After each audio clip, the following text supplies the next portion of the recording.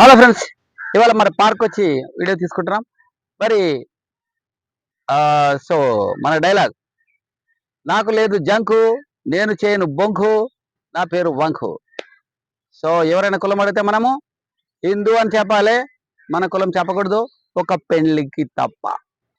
సరే, ఈ నళిని గారు ఎందుకు ఇంత బాధపడుతున్నారు? అసలు నళిని కష్టం ఏంటి? డిఎస్పీ నళిని, ఆమె తెలంగాణలో, అంటే తెలంగాణ కోసం ఆమె డిఎస్పీ అనే పదవిని మరి తృణప్రాయంగా తీసి పెట్టేసింది, రిజైన్ చేసింది. అప్పుడు ఎవరు ధైర్యం చేయలేని ఆ టైంలో తెలంగాణకు ఒక ఉద్యమానికి ఆజ్యం పోసినట్టే అయింది. మరి అంత పోరాటం చేసిన ఆమెకు మరి కేసీఆర్ ఎందుకు న్యాయం చేయలేకపోయాడు? ఉం? కొన్నిసార్లు ఆమె ఒప్పుకోలేదంటారు. మరి ఆమెను ఆదుకున్నట్టుగా తెలియట్లేదు, ఆదుకోలేదు. ఆమె నిరాశ నిస్పృహకు వెళ్ళిపోయింది. అయితే మరి ఆమె ఎక్కువ ఆ స్పిరిచువాలిటీలో గడిపినట్టు తెలిసింది. ఆమెకు హెల్త్ బాగలేదని తెలిసి ఆమె రామ్దేవ్ బాబా ఆశ్రమంలో చేరి ఆమెకు ఎంతో డబ్బులు ఖర్చు పెట్టుకొని మరి ఆమె రికవర్ అయిందని అని తెలిసింది. ఇప్పుడు మొన్న స్టేట్మెంట్లో ఇప్పుడు అన్ని డబ్బులు లేవు, మళ్ళీ నేను వెళ్ళలేను అంటూ మాట్లాడింది.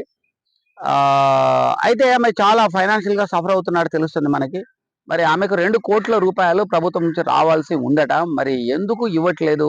రేవంత్ రెడ్డి మాత్రమే స్వయంగానే ఆమెతో మాట్లాడి ఆమెను పని, అంటే ఆమెకు ఆ గ్రాంట్ వచ్చేటట్టు చూస్తానని ఆయన స్వయంగా మాట ఇచ్చిన రేవంత్ రెడ్డి మాట కూడా పక్కకు పడ్డట్టుగా తెలిసింది. ఆమె చెప్పే దాంట్లో అంటే 16 పేజీల ఆమె పిటిషన్ పెట్టింది ప్రభుత్వానికి, తెలంగాణ ప్రభుత్వానికి,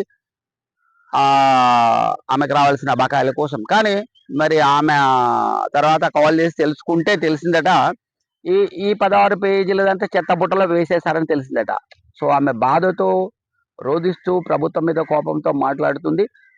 మీ రాష్ట్ర ప్రభుత్వం ఇవ్వకపోతే మేము కేంద్రాన్ని కూడా అప్రోచ్ అవుతా అంటున్నది అంటూ వార్నింగ్ లాగా చెప్పింది. మరి అట్లాగా ఇంకొక వార్నింగ్ కూడా